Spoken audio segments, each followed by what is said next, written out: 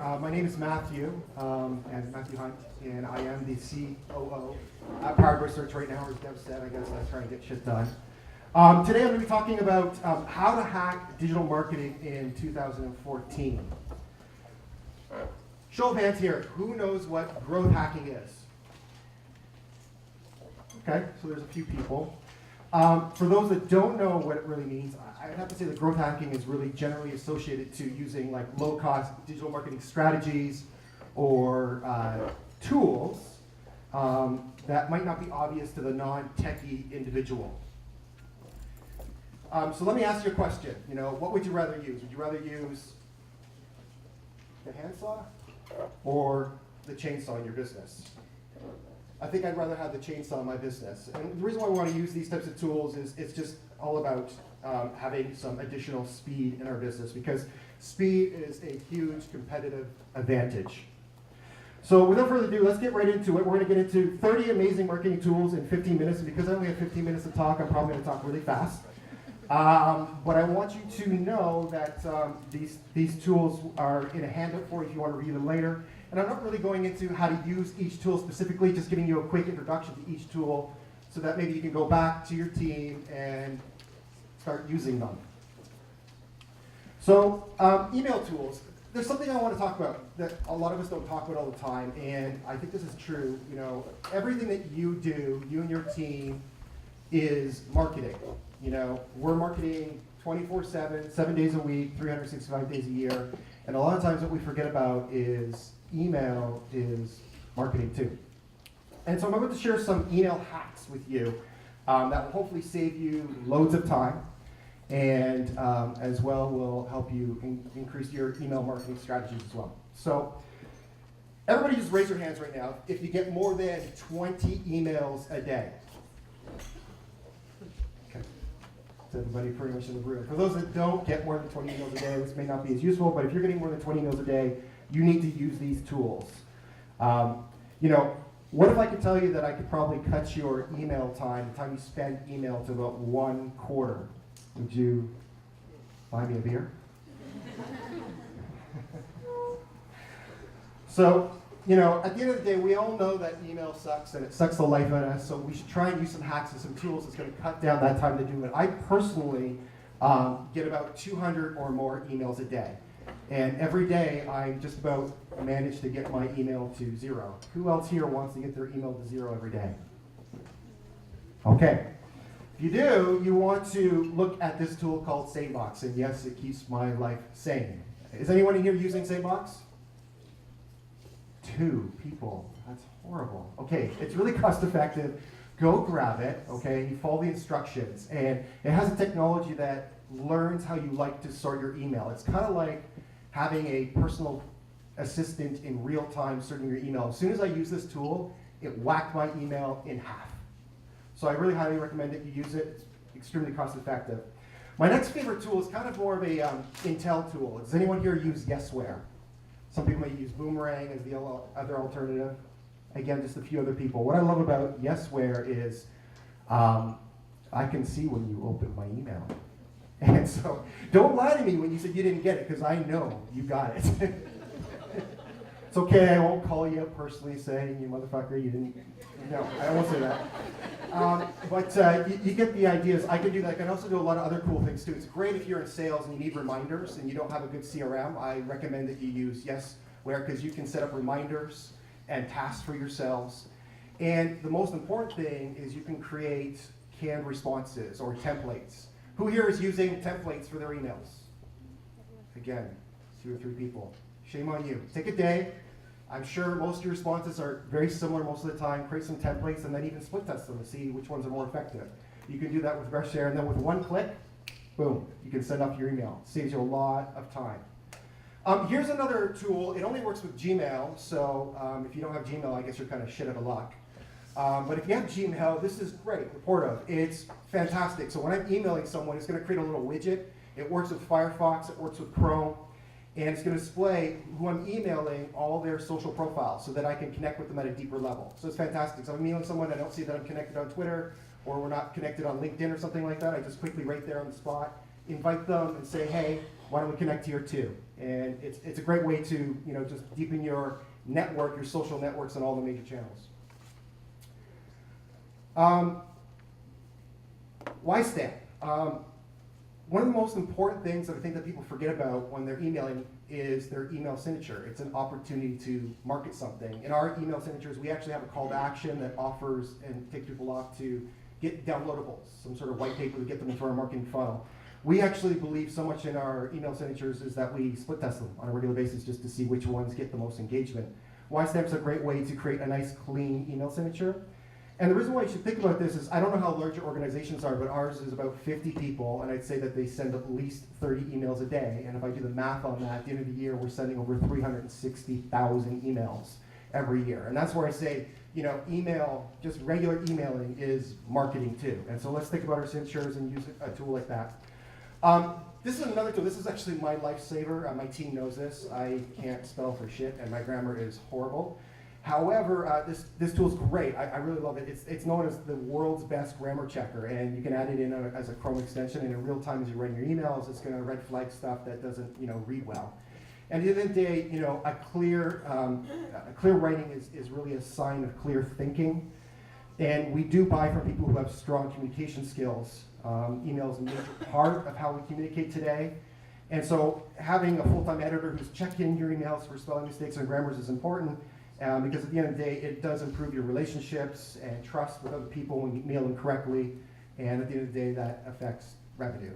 So if you're not using that tool, it's really, again, another great cost-effective tool to use. So time management tools. We all have the same 8 hours a day, 5 days a week. If you're working more than that, then you might want to consider getting a life. And it's probably note to myself, I'm someone who works over 200 hours every single month. But since we have the same hours every single day, we need to find some sort of hacks to make time more efficiently. So these tools I'm going to share with you are going to allow you to do that. That way you can focus more on, items that deliver a higher ROI in your marketing.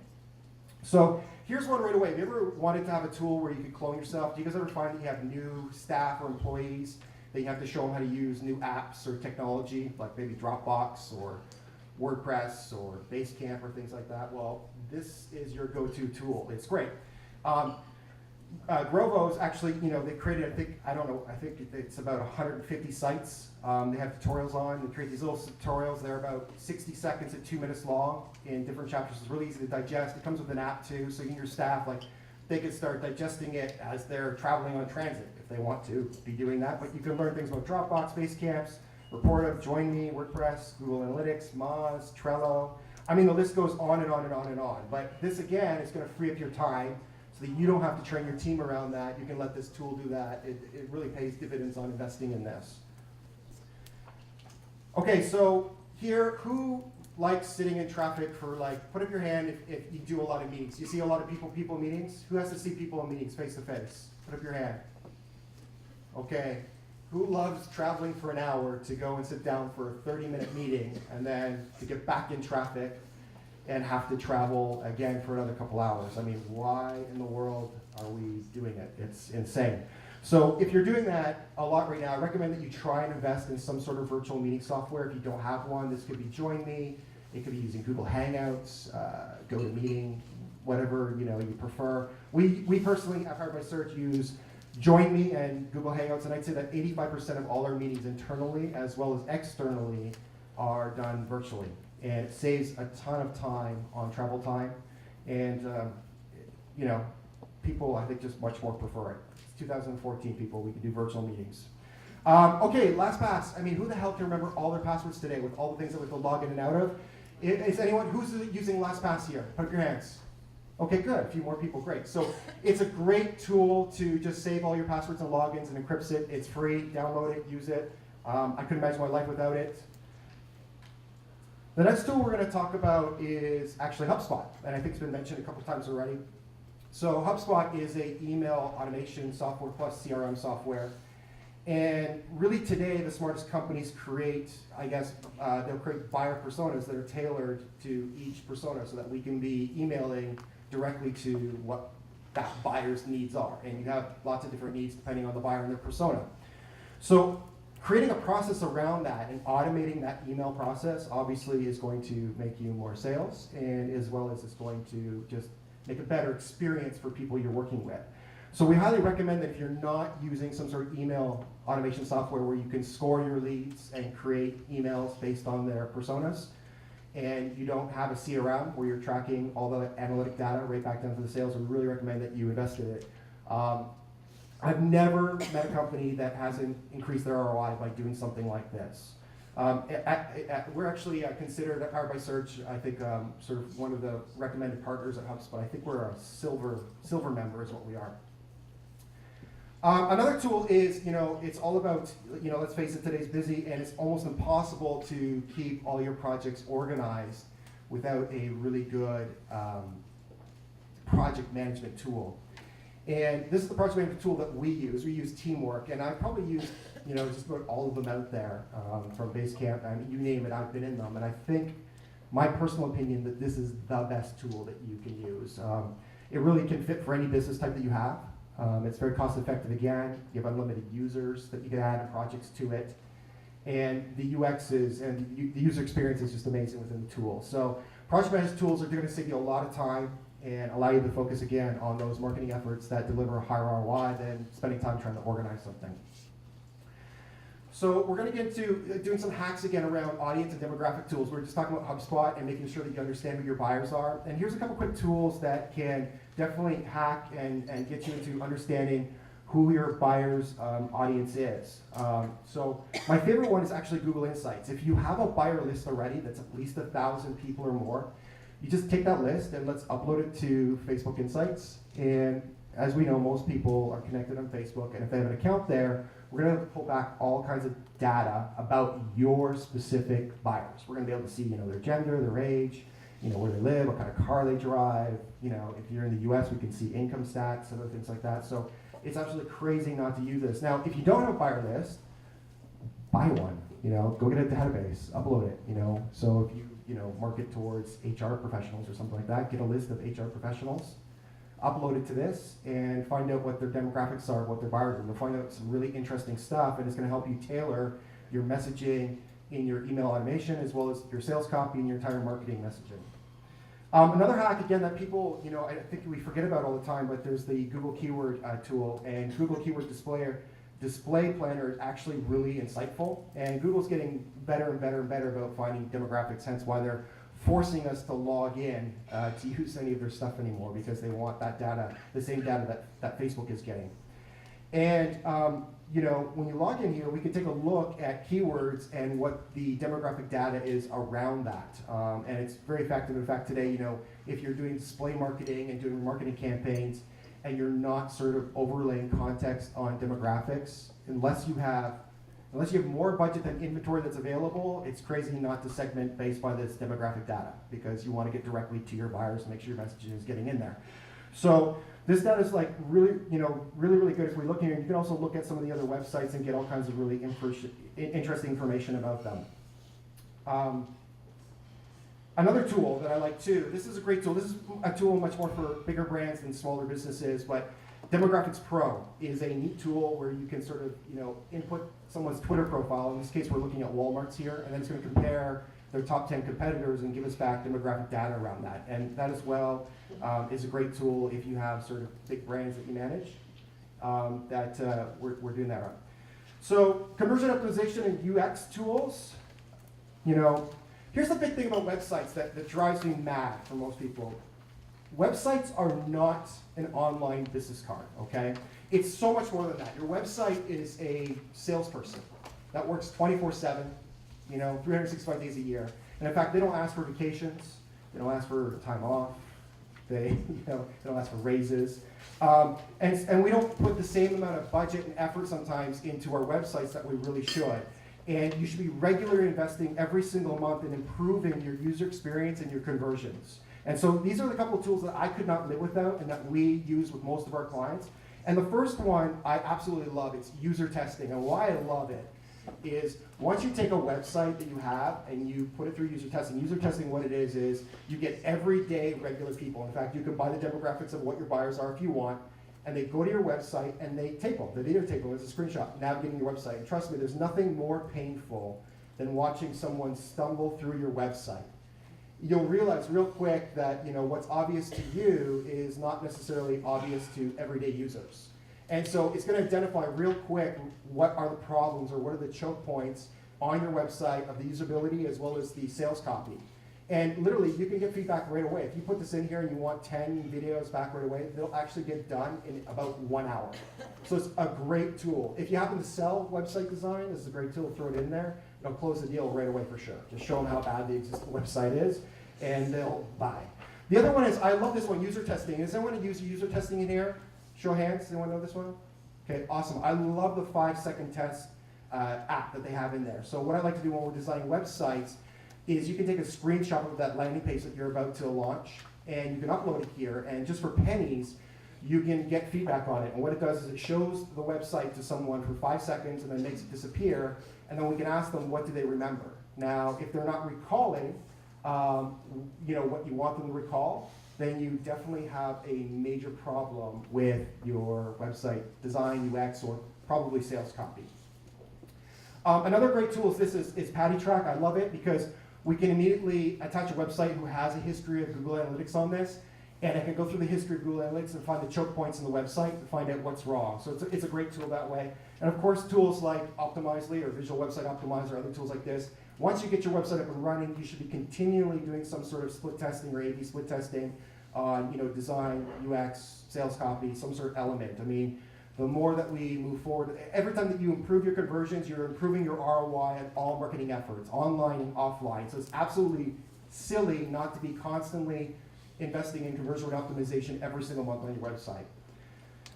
Listening tools, some listening hacks. So today, since everybody on the web can write just about anything they want, listening tools are really important, particularly around reputation management.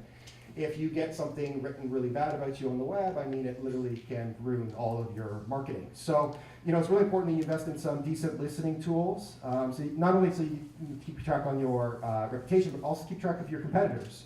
And maybe even also, I use it as well all the time to do digital networking as well too. So it's great to kind of be the first person to comment on some leaders or experts blog if that's someone that you respect. So I like to use Mention. Mention is a great tool. Literally load up with your keywords, competitors, anything you want to track, and it's going to organize it with a nice neat little bow for you about what you need to know. The other one is Google Alerts. It's free. Anyone here using Google Alerts? Okay, cool, awesome. So most people are. The way I like to use it too is also through conversational marketing. So a great way that we do it with our clients is we actually look for questions that are being asked in their industry, and then we get the alert right away. We jump on that blog, we jump on that forum and answer it so that they look like the industry expert. What's cool about this is that it works best in volume, but even if you just do and answer one question one day, every single day, and you do this for 2 years, it's going to add up to a lot of questions on the web that you've answered, and it's going to funnel a ton of traffic back to you. In fact, there's some people, this is their only marketing strategy, and it works really, really well, just answering people's questions on the web. We're going to talk about some content hacking tools, okay? Obviously, content today's been a big topic. Everybody's doing the content marketing, and I guess the question is that everybody has is how do you do it successfully? We got some information today about that, but what I'd like to give you is a couple quick tools that you can almost guarantee success with your content marketing. So the first hack that I have, I love this hack. This is really inexpensive. Who here is producing videos? Okay, if you're producing videos, a great way to create more content is just get it transcribed. Now, if you're not creating videos, the next best thing to do is transcribe some other expert's video, okay? Publish it on your blog, and you're creating value by actually getting the written content up. A lot of times you get the backlink from it, or you get to be associated with the expert. I call it the Oprah effect. Has anyone here ever heard of the Oprah effect? What's Oprah an expert of? Fuck all, nothing. Okay, but what she does is she positions herself next to experts and interviews them and edifies them. So, you can be an expert a lot of times. What people get wrong with content marketing today is they are thinking publisher when they really should be thinking editor. So curate other experts' content is a great way to become seen as an expert and it's valued. Just think journalist or editor, not publisher. Another tool that I love, so here, anybody using BuzzSumo? BuzzSumo is great. So I think we'd all agree that success leaves footprints. And so if we look at this example right here, let's say I want to know what were the best infographics in the last year for insurance. Well, this tool tells me right away, based on the social loading up, as well as the social shares, what's going to do well. All I need to do is rinse and repeat that process with just some sort of slight variation. Let's not reinvent the wheel. It's going to tell me right away what is successful. You don't have to guess. Another great tool that I love to do. Who here in your industry wants to be seen as an expert immediately? Anybody here not want to be seen as an expert? Okay. It's really simple. All you got to do is use survey tools. Go and use Google Surveys or SurveyMonkey. Spend a couple $1,000s or less if you want, and pay for some data. Get some data back. Journalists love data. And you take that data and turn it into some sort of white paper, or even better, just easily turn it into an infographic. And if you need to do infographics with a designer, here's the tool to do it. All you do is take that data from your spreadsheet and upload it into Infogram, and voila, like magic, you have this beautiful infographic. I love this tool as well. If you want to dress up a blog post, you can use this tool. Spying tools. Okay, so we're going to go through some spying tools here. Who doesn't love to spy on others? I mean, don't we just all get a little bit excited when we think we're doing something a little bit wrong and seeing data that we shouldn't be seeing? Well, in today's environment, we can just about reverse engineer anything online, and with pretty good accuracy. So here are some of my favorite tools on spying on your competitors. The first tool is SEMrush. Everybody using SEMrush here? So I love this tool because I can go and look at a site and with pretty good accuracy determine without having their Google Analytics account what kind of organic traffic they're getting.